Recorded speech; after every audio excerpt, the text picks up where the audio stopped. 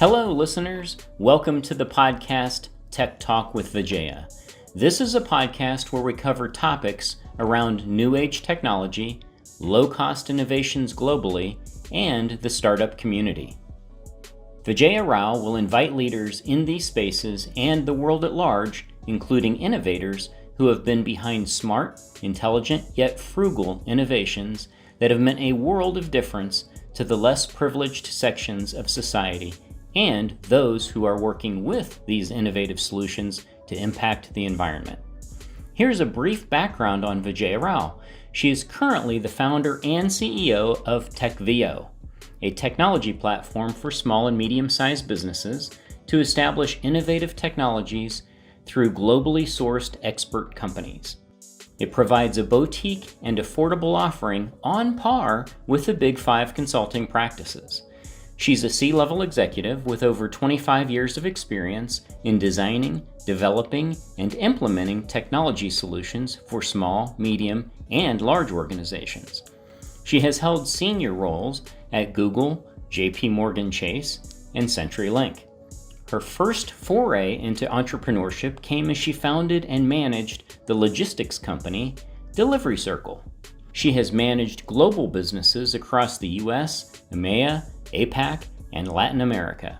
For some time now, she's been a well-regarded thought leader in the digital and technology spaces. Here's Tech Talk with Vijaya.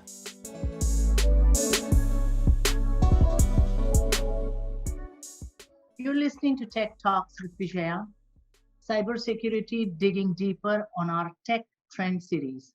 My name is Vijaya Rao, and today we have with us 4 panelists, all of whom are experts in the space of cybersecurity, and they all come from different backgrounds. So our 4 panelists today are Nancy Hunter, Tammy Klotz, Mike McKeown, and Jordan Fischer. Ladies and gentlemen, welcome. We'll have each one of you introduce yourself briefly to our audience, and then we can dive straight into our questions. With that, let me turn it over to Nancy. Absolutely. So first, thank you for having us. It's very much appreciated. My name is Nancy Hunter. I am the CISO and Data Privacy Officer for the Philadelphia Federal Reserve Bank. I've been at the Federal Reserve Bank for about 4 years. But before I can actually tell you anything, I need to tell you that all of these comments are comments from me, and they are not a reflection of my employer or the Board of Governors. In fact, it is all my ideas, my thoughts, and my opinions. So with that, I'll turn it over to the next panelist. Tammy, do you want to go next? Sure, absolutely. Thank you, Vijaya, and I look forward to the conversation today with my colleagues. So my name is Tammy Klotz. I am currently the CISO for 𝐀𝐿𝐴 Energy, which is based in Morristown, New Jersey. We are a waste to energy organization. So we burn trash and convert it into electricity.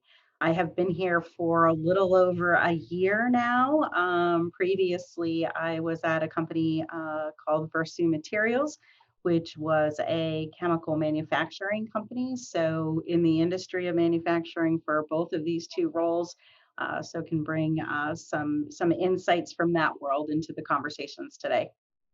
Thank you. That's great. Mike, do you want to go next?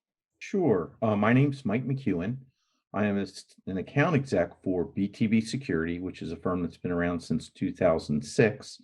I've been around quite a bit longer. I'm 41 years of sales experience in the information technology space, the last 7 years, which has been my pleasure with BTB. And we're working with the small to medium-sized business marketplace. Tammy's a former and hopefully future customer of ours in the roles that she's been in. And I've known all these fine ladies that you have on the panel here for a while. Thank you. That's great. That's great. Last but not the least, Jordan. Thank you. And I'm incredibly excited to be here and to myself learn from all of my fellow panelists, since I always feel like there's such unique perspectives on cyber and privacy. So I'm Jordan Fischer. I'm a professor of law at Drexel University's Klein School of Law, and I'm also the director for the Center for Law and Transformational Technology, which is a center at the Klein School of Law that brings together a wide variety of stakeholders in privacy, security, technology, law, regulations, to really delve deeply into the issues that we're seeing in the combination of law and technology. In addition to that, I have my own private practice where I work with multinational companies on a wide variety of legal issues in understanding the ways in which they can address new and evolving regulations, such as the European Union's General Data Protection Regulation, the California Consumer Privacy Act, and whatever else comes down the pike in the next few months. So excited to be here. That is nice.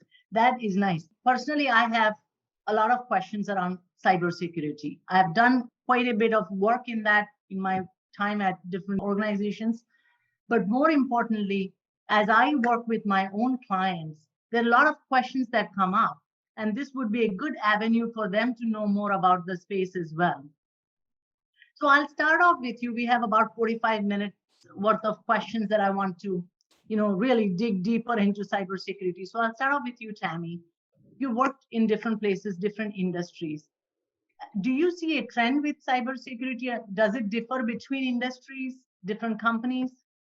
Sure. I mean, there's a couple of different attributes that will define, the cybersecurity posture as well as the risk appetite of any company that you actually work for. So both of my experiences have been, more on the manufacturing side of the organization. So when you get into a business that has operating facilities where they're making product or they're burning trash, whatever they happen to be making, you get into a space where you're dealing a lot more with the operations technology side of the house, where there are systems that are running production operations that may find themselves vulnerable as a result of a cyber event or attack, and understanding how those are properly protected so that you have the right controls in place to ensure that the business can continue to operate if in fact something like that actually happens. And then,